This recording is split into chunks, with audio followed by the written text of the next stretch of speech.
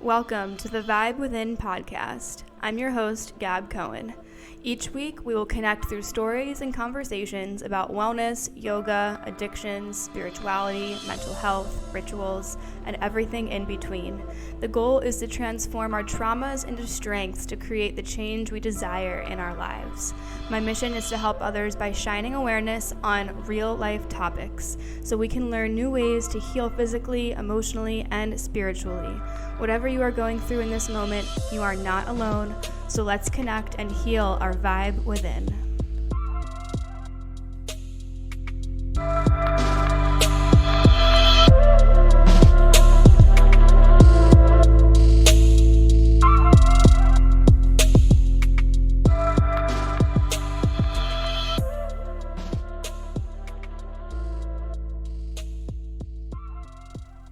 Hey guys, what's going on? Welcome back to the Vibe Within podcast. I'm your host, Gab Cohen. I'm going to make this intro short as fuck because this episode is an hour long, and I think it's a perfect amount of time because the topics and how deep I get in this episode is pretty fucking crazy. But just to paint a picture, I talk about how it's felt this year leading up to turning 30 and this magical darkness of awakening to these dark shadows of ourselves, anger. I talk a lot about anger and depression and emotions and reactions that come out and then we instantly regret it. I talk about a little bit about why my anger exists, abandonment and childhood, and how we can start to really take note of why we are the way we are in this moment, why we react to people, why we react to situations, why getting through the day is sometimes really hard. I talk a lot about depression and anxiety, and I talk about how our financial situation can be connected to how our parents handled money, and I get deep in here. I explain deeply about the hows and the whys, and I share a lot of personal information, actually. I share personal experiences from high school, personal experiences from when I was, in an abusive relationship. And I do this and I dabble in those personal experiences because it's to help you realize that our past experiences are why we are carrying these dark versions of ourselves and why it might be so hard to shake that version of ourselves. And I talk about kind of wanting to commit suicide to that dark part of myself. And I talk about how, the things we say and the things we do in our past, we can't necessarily erase them. And I talk about the 12-step recovery process, my eating disorder and my anxiety and depression and things that I've been working through, and how the 12-step recovery process really has helped me a lot, and how we can awaken to these dark parts of ourselves, but also try to disconnect from the self and our identity. And I talk about journaling. I talk about things that have helped me. If you have not followed me on Instagram, I share a lot about my new mini workshop course called Modern Meditations. And if you're interested in that, it is over 8 hours of guided meditation and over 8 worksheets full of journaling and creative writing prompts and exercises that I personally do myself, and how I talk about how streaming consciousness into our journal, not just in a gratitude practice, but in a realist practice, like telling the universe what's up, allowing yourself to feel your suffering,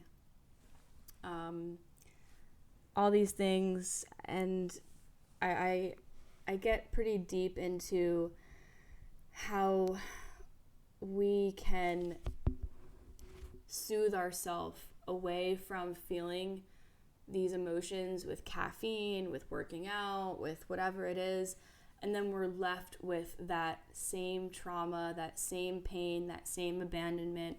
And I speak deeply about the abandonment and the anger and the isolation, and how we can find ourselves really secluding ourselves when we're in this depression, and how we can kind of fall victim to the depression.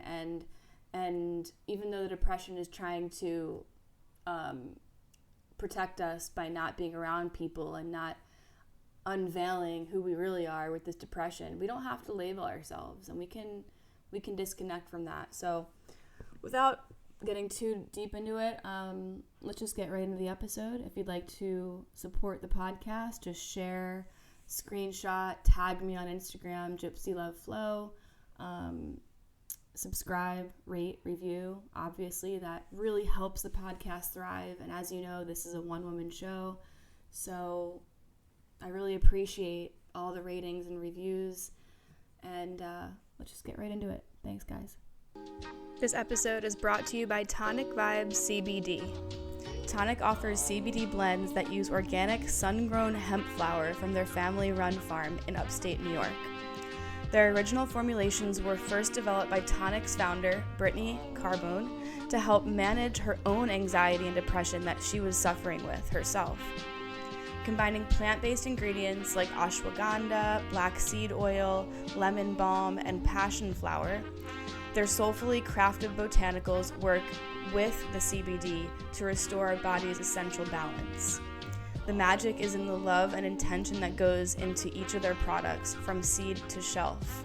And I have personally been using their tinctures for almost 2 years now. It's one of the first companies that I actually reached out to and was super interested in their company because I loved their marketing, I loved their Instagram. I am obsessed with all of that, obviously, since I went to school for that. And I loved how they were packaging their stuff. It has a really light vibe when I look at their Instagram, and it's female owned. It's a family owned small company, and it's just amazing. It's one of my top tincture companies that I work with, and my favorite tinctures are the OG tincture, the Tonic OG, that has ashwagandha in it, black seed oil, tastes so good. It's more of an awakening, uplifting tincture. I like to take it in the morning. And then I love their chill one, which is not as sweet. It has the passion flower and lemon balm in it still, but it's more of a nighttime tincture. And of course you can take these during the day as well in the morning, but that's just how I do it, and I love their tinctures so much. They also do little roll-on topicals, and they are doing CBD flower as well. So I really recommend getting into Tonic, as it's one of my favorite companies. Obviously, I have them sponsoring the podcast, and I love them so much. So if you want to check out tonicvibes.com, you can go purchase anything from their website and use discount code GYPSYLOVE for a discount at checkout. That's tonicvibes.com, and you can use discount code GYPSYLOVE, GYPSYLOVE, for a discount at checkout. All right, here we are. I wish you guys could see the situation right now, because whenever I record in my room, it's just me. I sit on the floor on this like comfortable pillow thing, and then Nar always knows that I'm about to record, and he comes and sits on my lap, so it's really hard to move. But I just sneezed, and it scared the fucking shit out of him, and he hopped up out of his sleep, and I felt so bad. I'm sure you guys can relate if you have pets. Sometimes when they're laying with you in bed or whatever, it's like this layer of comfort, almost like when you see new parents with their newborns lying on their chests. They don't want to move, they feel peaceful. It's almost like the newborn is medicine, and it's like a natural anti-anxiety, antidepressant medication, and that's how I feel about my cat for sure. When we lay together and I spoon him and I hold him like a baby and whatever, I feel like he is healing me. But anyways, I'm excited and nervous to record this episode because it's really it's hard to talk about these things. It's hard to talk about the shadow. It's hard to talk about our parts of us that we hate or loathe. But I feel like it's necessary because the journey of turning 30, it's not that pretty. And I know that some people say, oh, like once you turn 30, you're not going to care anymore. You're going to be happy. And it's just like something switches. It's like a flip and you switch it. And I was like, all right, because I've heard this several times and I'm like, okay, I'm waiting for that moment. I'm waiting for that switch to just be flipped off, where I don't care. And it just, honestly, I don't think that that's possible, although I do understand where people are coming from.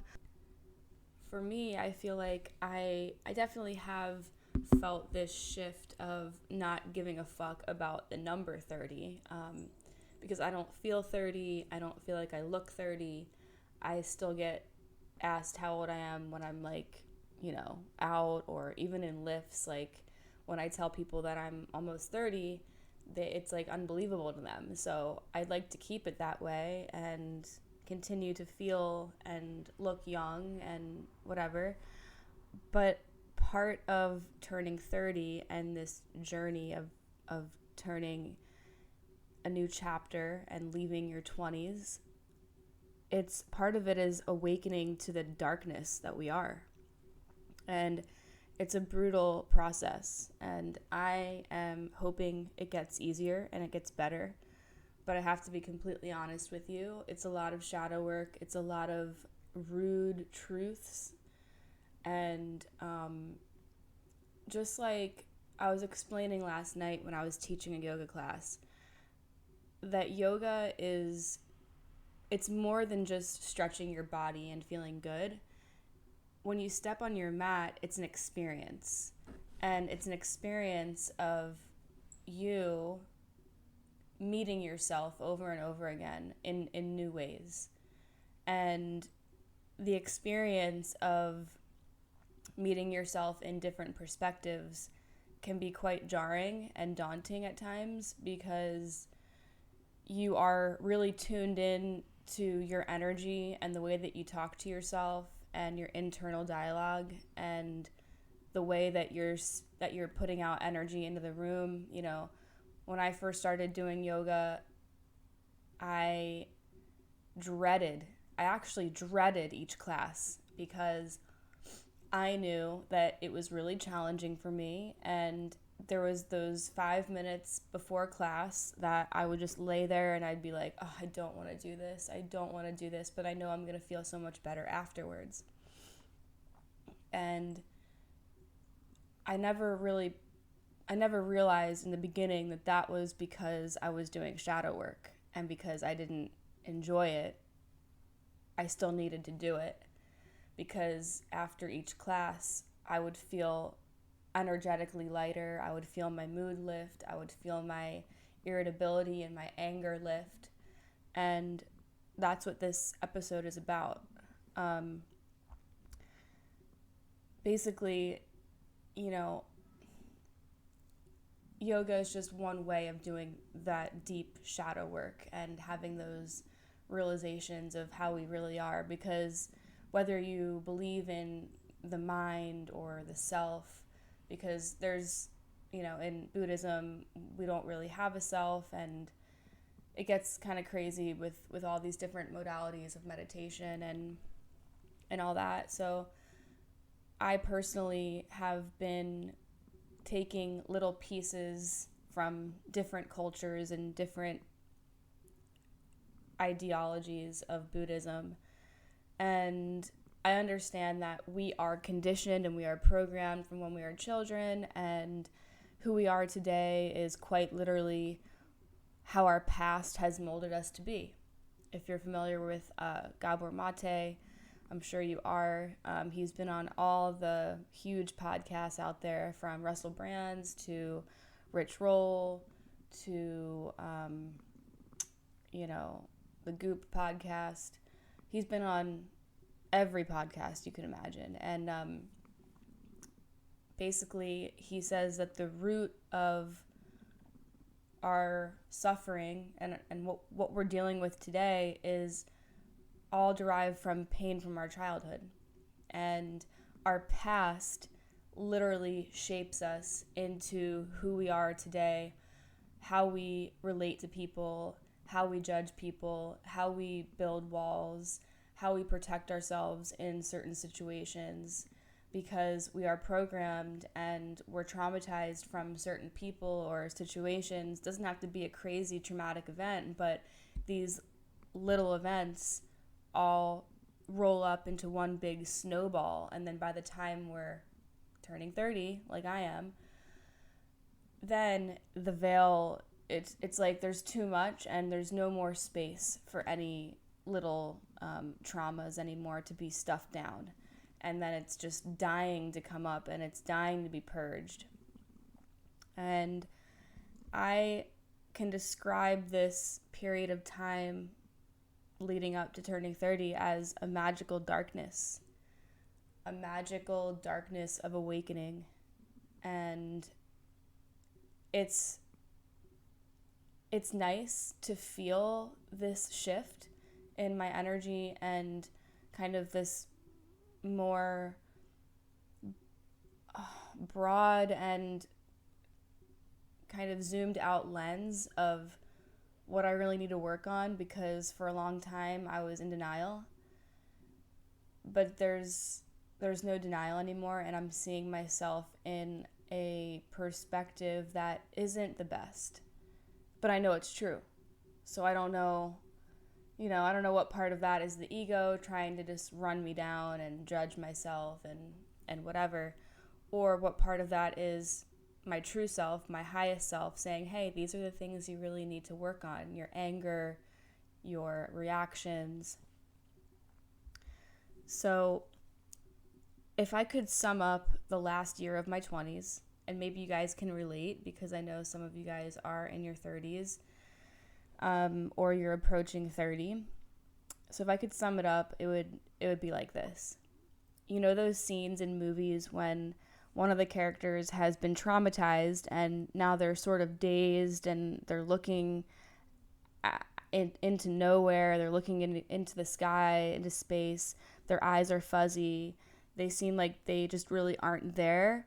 And then the other character starts to shake them by their shoulders so that they come back to, they come back to their body. That's how it feels. For an entire year, it's felt like I'm being shaken from the inside out, awakening to the darkness, awakening to the toxic layers of relationships and connections that I've had and the way that I react to things. It's a delayering of years and years and years of repressing those emotions, repressing those situations, and it's a quite literal shake to the core. So it's like, you get lost in this awakening, and then you get shooken up and you're like, okay, well, what am I going to do about it? What am I going to do about these things? Like, for me, a lot of it has to do with forgiveness and allowing myself to evolve into the person that I want to be. But there's still a piece of myself, or whatever you want to call it, that isn't letting me, because it's just drowning in guilt and shame and, things I've said in the past, ways I've treated people. We've all done and said things that we regret. But that travels with us, and we still are the same person, and it's really hard to shake some of these qualities that I necessarily don't like about myself. And it's not just me judging myself, it's me really with a new lens seeing myself in a new lens. And the things that have triggered me into this state of mind would be when me and my sister had a falling out. She stopped talking to me. I didn't see her for a year. She and I just had a really bad falling out, and the things that she said to me really shook me to my core. You know, I'm not gonna call her out right now because she has every right to say the things that she said, but a lot of it has to do with imposter syndrome and, you know, being called fake. And she also called me out with how me and my mom don't have the best relationship, and how I talk to my mom sometimes not the nicest. And it just made me realize that there are things that we can't take back. And that really fucking stings, because how am I supposed to live through my life with this guilt and this shame and this dark layer of Gab, who just seems to just not want to fuck off?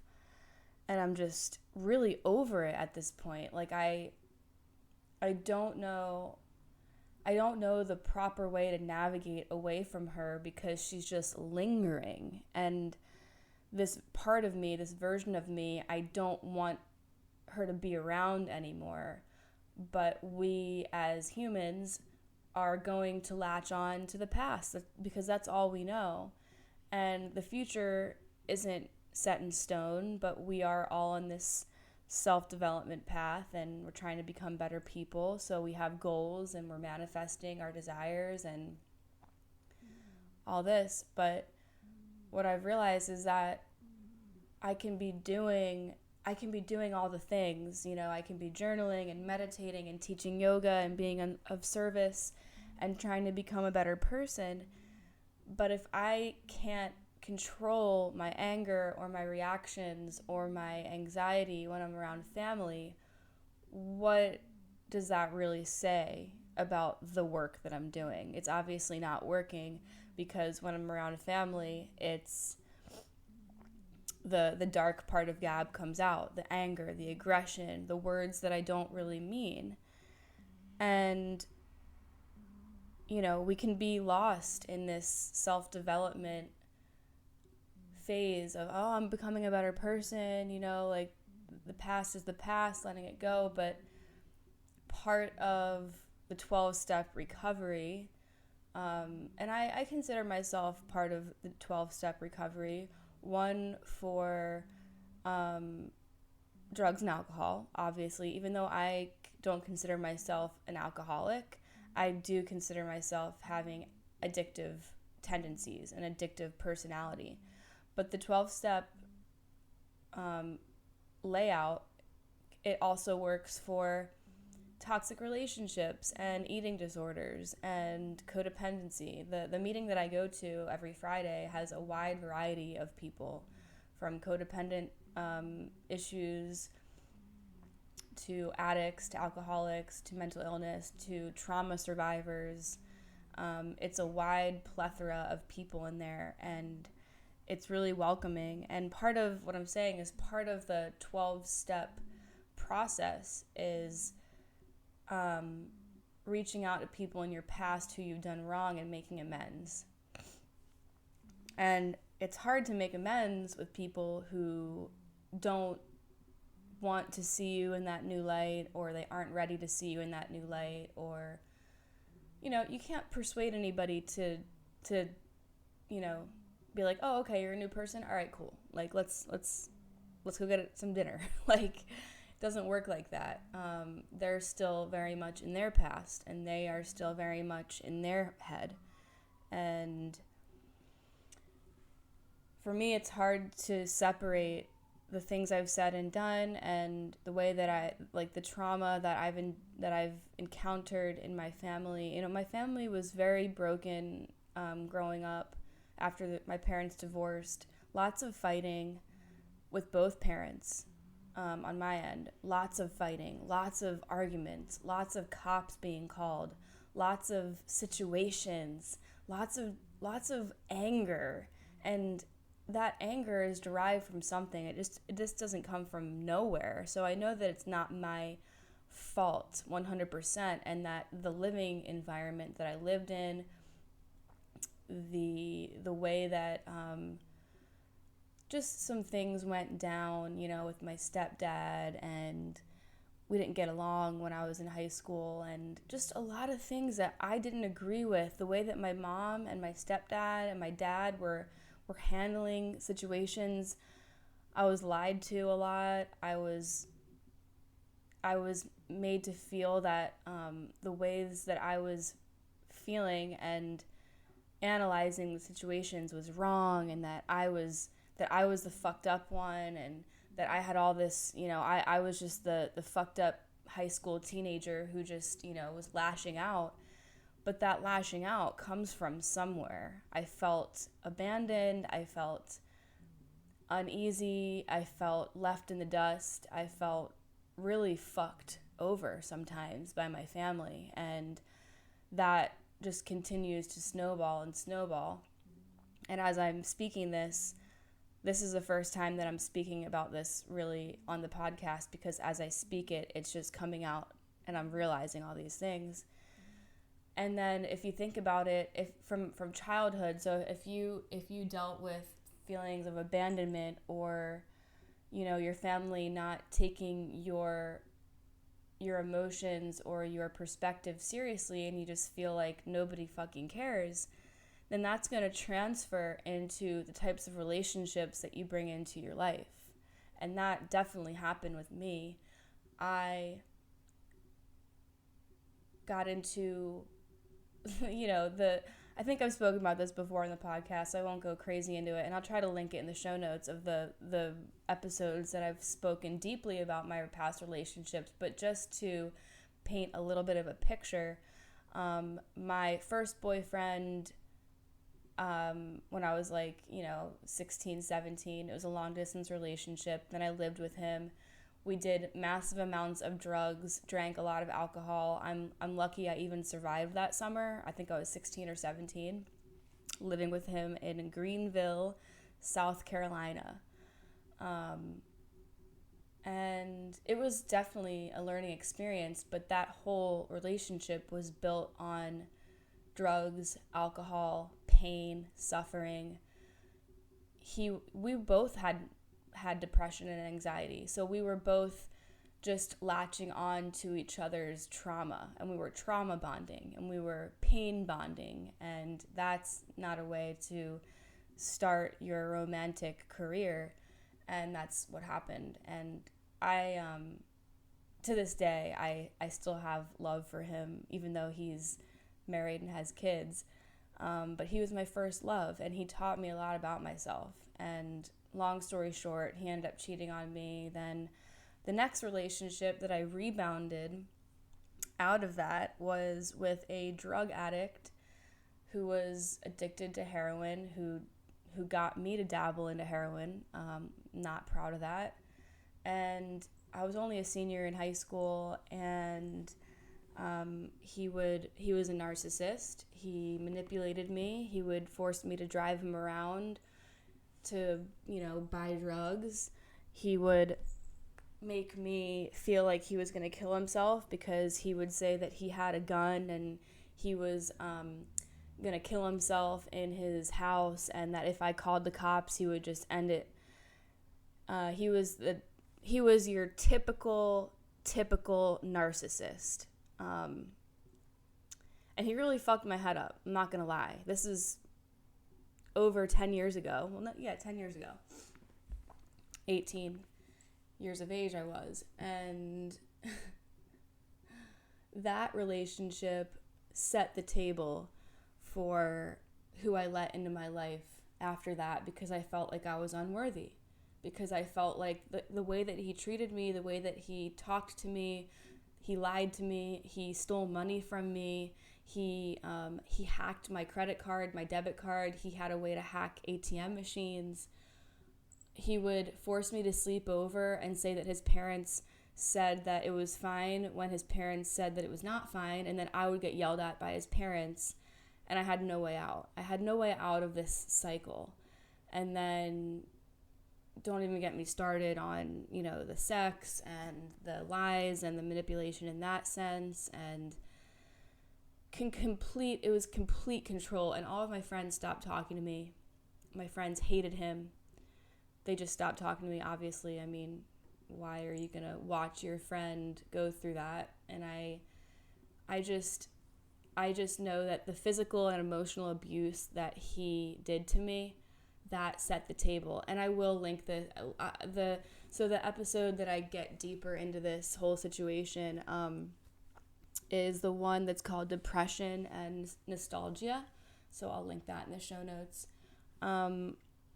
So just to kind of give you a picture of maybe you're wondering, why the fuck am I the way that I am? Why am I this way? Why do I have anger? Why do I have relationship issues? Well, it can be tracked down to our childhood. It can be tracked down to high school and the foundation that we built our self-love and our self-worth on. And mine was fucking rocky and not good. You know, I had an eating disorder in high school that I'm still figuring out. I had depression and anxiety. You know, I'm obviously doing better than I was in high school when I was hospitalized for those things. But it comes back in waves, and in this culture of self-development and wanting to become a better person, we can hit a wall where it's like, okay, but like, am I going to be alone forever? Am I going to be isolated forever? And that's what depression will do. And this is just the whole energy, mood, reading, or, you know, I'm just kind of setting the table energetically of how it feels in my experience to turn 30. The build up to turn 30 has just been kind of intense and crazy at times, and I just don't know where to go, who to reach out to, if it's just all in my head, or if this is something I need to go really get medicine for, which I'm so against. But it just makes me feel like, as you're doing this deep, dark, magical awakening work, it can feel like we step into this bipolar state of mind. You know, like our moods and our emotions can change instantaneously with what's happening around us. Anything can trigger us to that pinpoint that actually is what we're working on. So that the same process of our magical darkness awakening. Sorry, you can hear my cat's bell right now. Anything in our lives in this moment, in this present life that we're in right now, not a past, version of ourselves, not our high school life, but what's going on around us right now can instantly just snap us into this triggered little girl or boy who's just fucking angry and pissed and abandoned, and all of it comes up easily. And that's why I love teaching yoga and I love doing yoga, but teaching yoga is an outlet for me to express these things. And each class that I teach, I basically just speak like I am to you guys on the podcast, but I have a sequence in there. So it's a lot of me talking about mental health and psychology and the way that our mind works and healing our past, but then I weave in the postures. It's not just me teaching postures. I feel like that would be the most boring class ever. I need depth. I need you to fucking speak to my soul. So when I go in, I'm just opening the curtains. I'm ripping off every layer of myself, and I'm just like, yo, this is what's on my mind. This is what we're doing. This is why we're here. If you resonate, cool. If you don't, it's fine. Have your intention. But every class I go into it with like, how can I help somebody make sense of their childhood, or make sense of the pain and the suffering that they're they're going through right now and come out of this class feeling okay and feeling like they can get through it using the yoga and using the breath. And when we get triggered, our reactions, can lead to high or low emotions and can hold us back from actually dealing with the shadow work. For me, I can soothe my way out of pretty much any situation. I have my biohacking things. I have the sauna. I have working out. I have coffee or caffeine, which I've been trying to not drink too much of. And that's an example of soothing a situation that we're pissed about. It could be over caffeinating, which leads us to an artificial layer of bliss and contentment and a natural high. And then when it wears off, where does that leave us? With the same emotion that longing to soothe derived from. It's that same emotion that got you to that place of needing caffeine or needing to go for a run or needing to go take a supplement or needing to go smoke a cigarette or smoke weed or take a drug or drink. You're going to be left with that once it wears off. So to kind of come back to what I was saying about the deep shadow work and everything, and how I'm more living a sober, curious life and a sober, conscious life with no drugs and alcohol, except for kratom and CBD. And I also am going to be doing a microdosing psilocybin little self-experiment, but I haven't done that yet, and I don't consider that an addictive drug, and I don't put myself in the category of Alcohol Anonymous, Narcotics Anonymous. I'm my own thing right now. I'm dealing with, my self-love, my eating disorder stuff, my depression and anxiety and anger and all that. So I just feel like I kind of fit in a different category, and we don't have to label ourselves. We're all in our own therapeutic thing, whatever it is.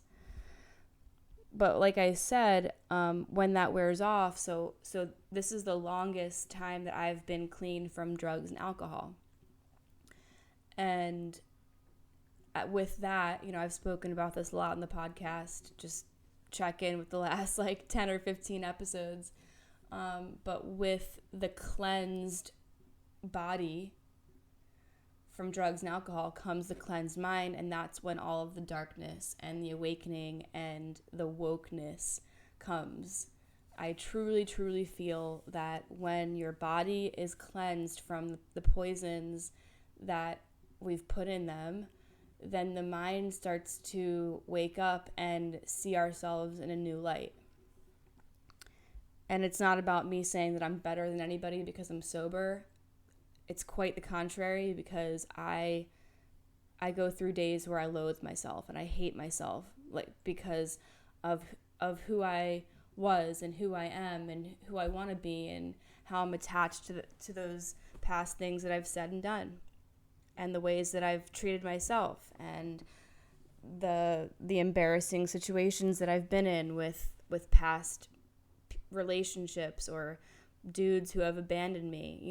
It's no one's better than anyone. We're all going through our own recovery process from whatever we're trying to heal at our own time. But what I will say is that the emotions that I soothe myself away from are anger, irritation, loneliness, and depression. Sadness, feeling of abandonment, and the things that I do through the day are ways for me to navigate through the pain and the suffering while doing the dark work. Even this podcast is a form of therapeutic, channeling energy, because when I'm sitting here speaking into this microphone It's just me, myself, and I, and you guys. But right now, in this current moment, it's just me and my cat. And I'm speaking, and I'm trying to rewire myself, and I'm trying to make sense of it all. So this is why I tell you guys that journaling has helped me so much. And I know that some of you guys have already bought the journaling course that I did. It's a guided meditation and journaling course with tons of worksheets and journaling prompts and over 8 hours of guided audio meditation. And the writing prompts in the workshop, or little mini course, these are writing exercises that I do every day. And the nightly pages has helped me a lot, and the stream of consciousness journaling, and pretty much just bitching. You can bitch about anything you want and put it in your journal, and then once you're done the bitching, then you move on to gratitude. And it's like that nice balance between, fuck you, universe, why is this happening, I want to heal, like just telling the universe what's up. Like, where are you fucking pissed? What do you need help with? And then what are you grateful for? And it creates a full spectrum of writing. Yes, having a gratitude practice is important, but having a realist practice is important too, because when we're doing this dark work, we have to look ourselves in the mirror and say, what do you not like about yourself? Like, are you ready to kill that version of you? Are you ready to, commit suicide to that version of you? And anger is what comes through from depression. So depression is the seed, and anger is what comes out. And that's what I've been dealing with at an immense level. And the smallest things can set me off, you guys. Like, now that I'm living up north in the Northeast, it's freezing, and I'm not handling it the best that I can. I was spoiled from age 18 to 28. And I lived in Fort Lauderdale, and then LA, and then Miami. These are all places that are warm and sunny all year round. And now I'm dealing with the real shit.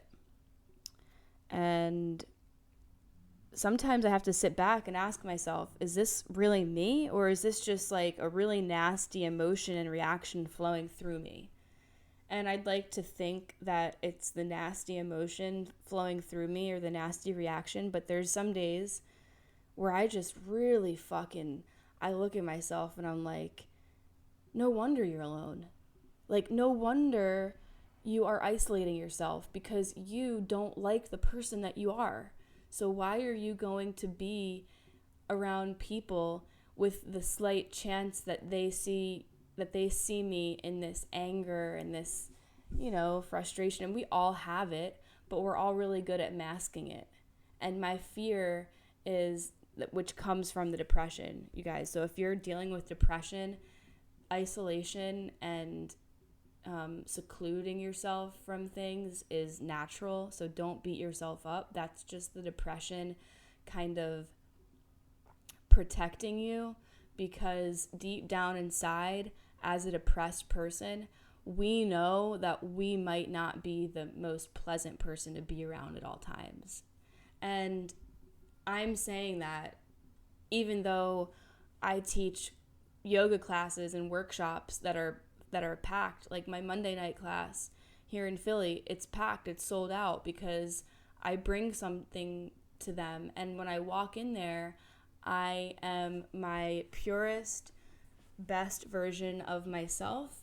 I am instantly connected to flow state, and I black out, and I am speaking from a higher sense of myself, and I step out of my own suffering mind, and I'm there like just speaking my truths.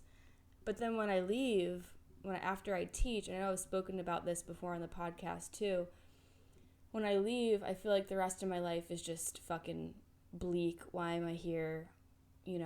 if the only part of my day when I feel like a good I'm doing my humanitarian service and I'm making people feel good and I'm helping people.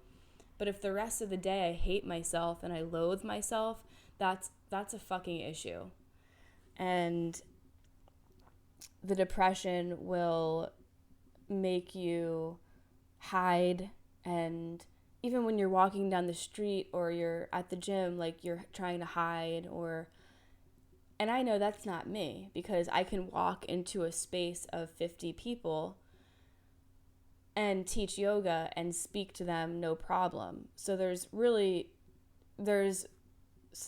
I'm trying to connect those two things together, and you might feel the same way, like, oh, well, when I'm at work, I feel really good and I feel like I'm doing it and I'm talking to people and I am in my flow state, and the depression and the anxiety is not even there. It dissipates, because that's what happens to me. Like, I feel naturally high and I feel not the slightest bit depressed when I'm teaching yoga, because I am connected to my true source of,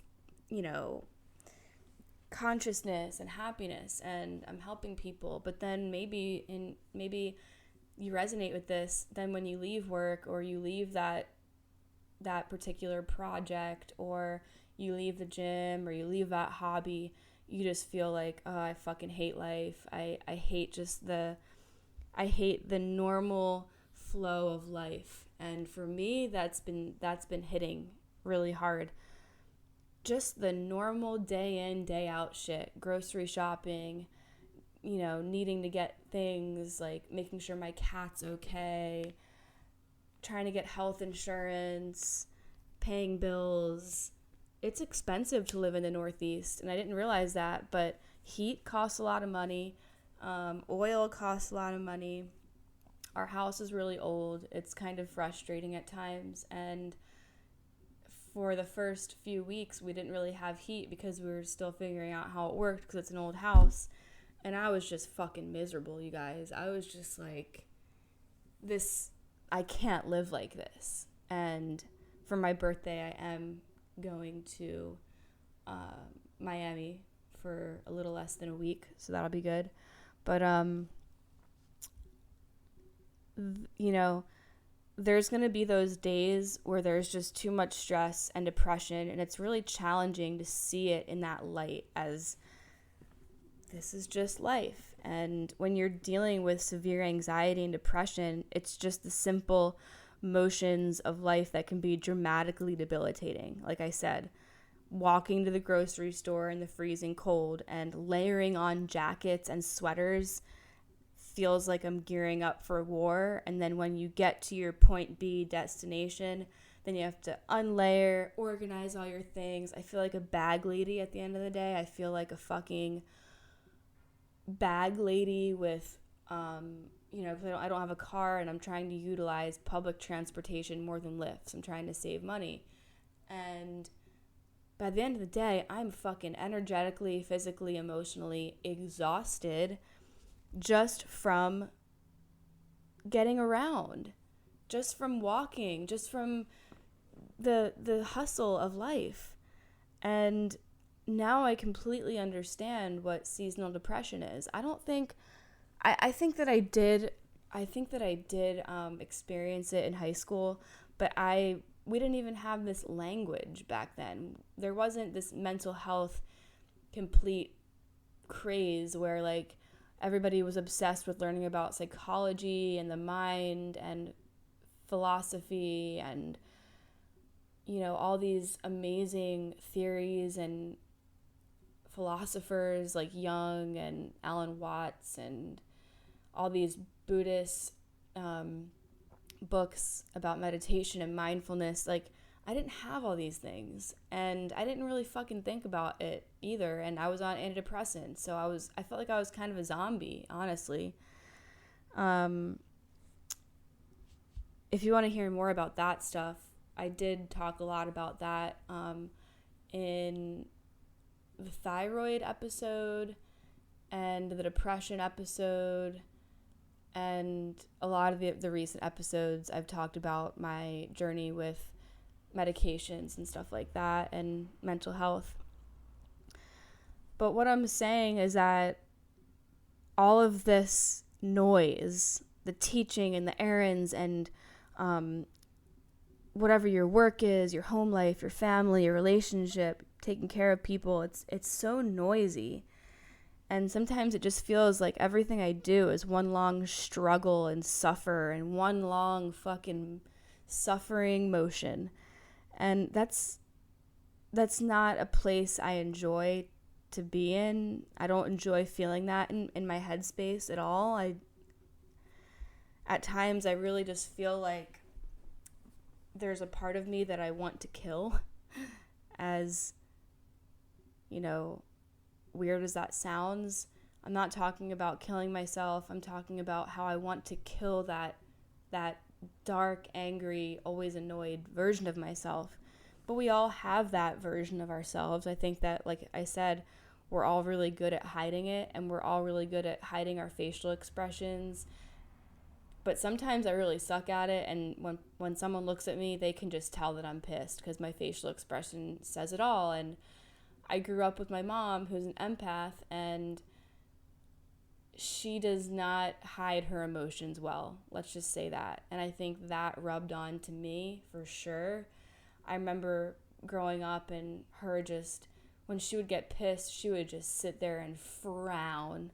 Like her mouth would just be frowned. And I'd be like, what's wrong? You know, like, why are you frowning? And like, I got that from her, and I got that energetic incapability of hiding my emotions from her because she was depressed growing up. I mean, she was a single mom for a little bit. She was financially insecure. I remember us getting bags of food from churches, like free canned food and stuff, and shopping at Goodwill and shopping at Salvation Army. And I always remember her like knowing the schedule of which churches offer free boxes of dry food goods, and I never like thought about it twice. I just thought, oh, that's cool, like she's getting free food, or that's nice of them giving that to her. And I didn't realize, like, no, she's doing that because money is a fucking issue, and she doesn't have the money to just like go spend $500 on groceries every week for the family. And the older I get, just to bring us back here right now in this moment, maybe you are dealing with some of the same issues with financial connection to your emotions and your trust. You know, growing up, seeing my parents divorce and then struggle with money after that, it wasn't easy to watch. It was really challenging to watch and quite traumatizing because my mom had to file bankruptcy a few times. She lost our house. We had to move in with my stepdad. You can kind of see why I had a lot of anger and a lot of distrust and abandonment and a lot of lies, like I said. So this, whatever your situation is with money, it probably has to do with the way that your family had money, the lack of money, how hard they had to work for money. And now this brings us into this moment. How do we view money? How do we view ourselves and our worth with money? How do we hustle? How are we expanding our time so that we can make more money? I mean, your 20s and I'm assuming your 30s, it's still going to be very heavily based on money. And you know, when I got out of college, it really hit, and I was like, oh wow, I'm not getting these refund checks anymore. I'm not getting these student loan checks anymore to pay for art supplies and rent, and it's just a whirlwind of truths and understanding, like, how hard do we want to work for what little money. And that's where we get into this whole kind of fuzzy, like, live your passions, live your truths, make money off of your passion. And that's sometimes that's not the easiest way. Like, sometimes you just need money. Like, last night I watched The Pursuit of Happiness. Oh my God. And I can't believe how that movie just it's so truthful. It's so honest, and it's kind of terrifying because people like that, there's people living like that out there who have $20 in their account and they have a kid. And I'm very, very grateful for where I am right now. I can make money on my own, and I can truthfully say that maybe I'm doing better than I was when my mom was, my age or even older, when she had to file bankruptcy. And I think those series of events of watching my mom kind of suffer financially set the table for me and what I didn't want and what I feel that I deserve. And my dad works really hard. He has a full-time job. He has a business on the side, a landscaping business, and I see how hard he works, and I don't like it. And maybe you can relate, but I don't like seeing old people or older people. My dad's not that old. He's like 55, but I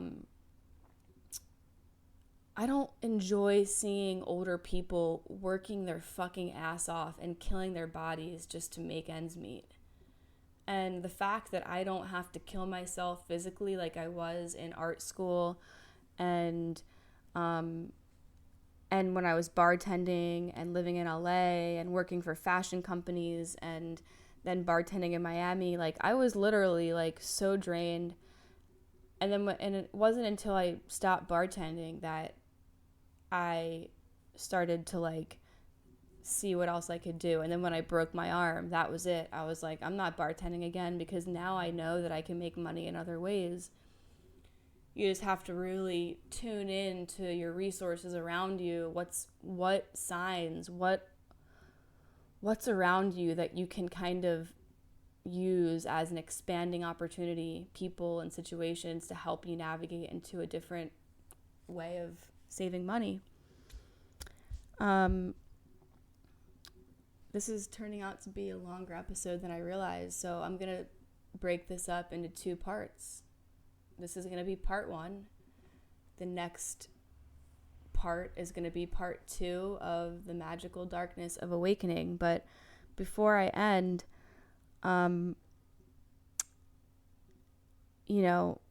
whatever you're going through, whether it's you're doing this shadow work and this magical darkness work, or you're trying to make sense of a traumatic event that happened earlier in your life, or you're trying to forgive yourself, or you're trying to forgive someone else, or you're trying to prove yourself that you're a better person to your friends or your family, or maybe you're trying to navigate out of a isolation period like I am.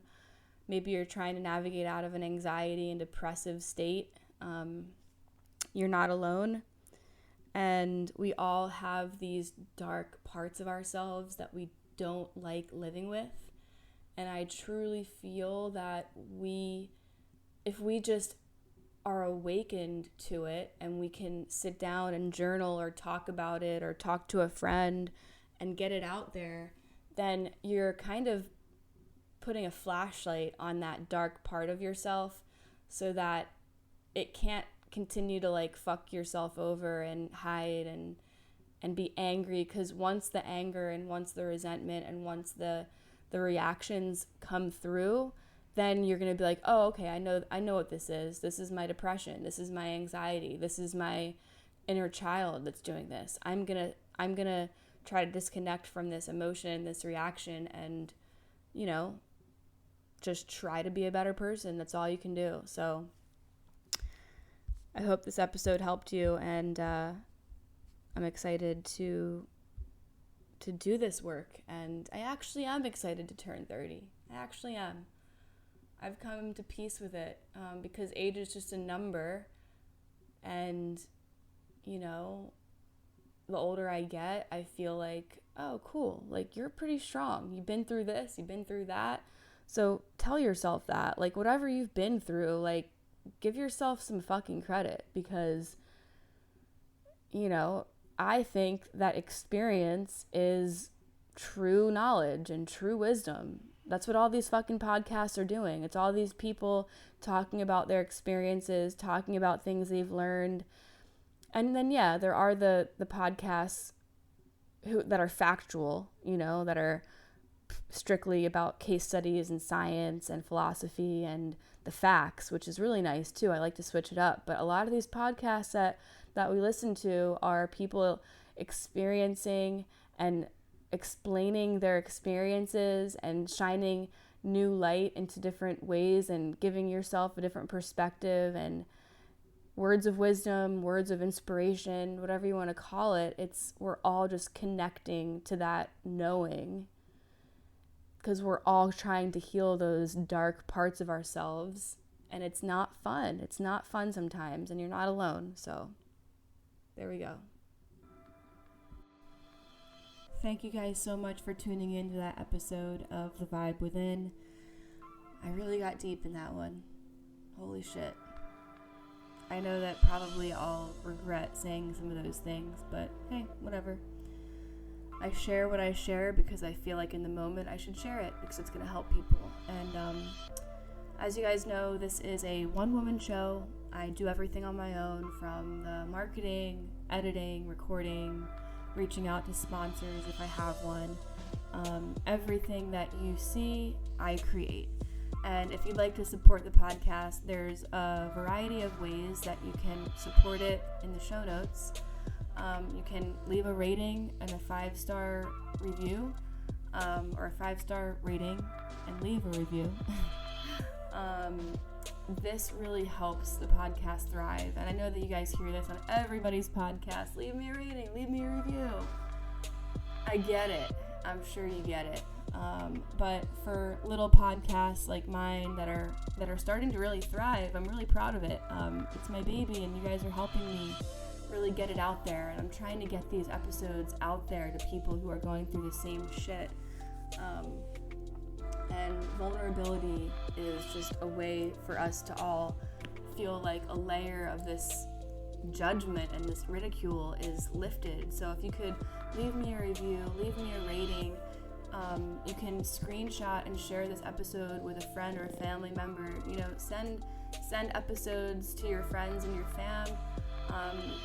I always love when people send me episodes of podcasts. I'm like, fuck yeah, awesome, thank you. Now I don't have to do the work, and I can just hit play. Share it, and I hope this resonated with people, and I hope that it helped you. And you can also donate to a few different ways. I have a Venmo, you can Zelle. If you'd like to donate, I use the donations. I'm trying to save up for a new microphone because mine is kind of fucked up, and my computer is on its last thread. I shouldn't say that because it's probably listening, but I've had this computer since 2010 and it's having some issues, so I need to slowly start to save for a new computer. If you enjoy the podcast, just share, subscribe, rate, review. That's all that matters. And we'll talk soon.